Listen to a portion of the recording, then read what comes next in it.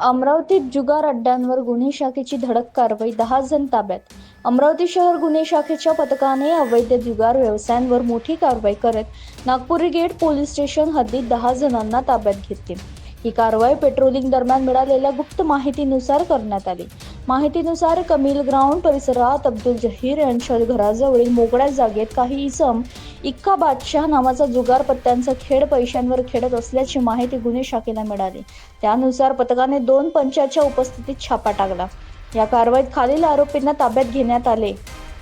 खान अमीर उल्ला Khan 48 गौडीपुरा, Shaikh Irfan Shaikh Hamid 37 Camille ground, Syed Mahmood Syed Hasan 37 Akbar Nagar, Mohammed Saeed Mohammed Iqbal 36 कमिला ground, Shaikh Junaid Shaikh Farid 63 रहमत नगर, गफ्फार खान उस्मान खान 65 नलसापुरा, अली एजाज अली उस्मान 50 गुलिस्ता नगर, Abdul fine Abdul Karim 45 Habib ground, Shaikh Sabir Shaikh Habib Camille ground, Ajay Arun Naik 30 Shegaon झोपडपट्टी.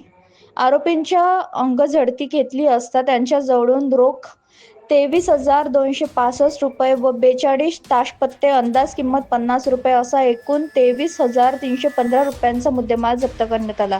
या प्रकरणी सर्व आरोपींवर महाराष्ट्र जुगार प्रतिबंधन कायद्यानुसार नागपुरी गेट पोलीस स्टेशन येथे गुन्हा दाखल करण्यात आला असून पुढील तपास सुरू आहे.